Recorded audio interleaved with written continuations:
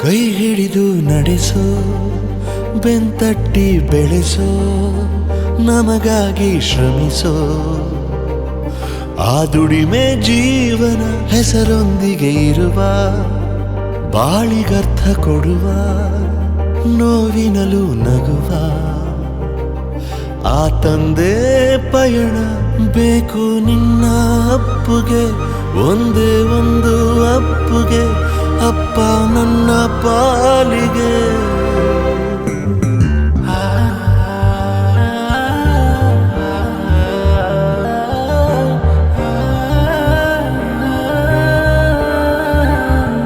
ಸರಿ ತಪ್ಪು ತಿಳಿಸೋ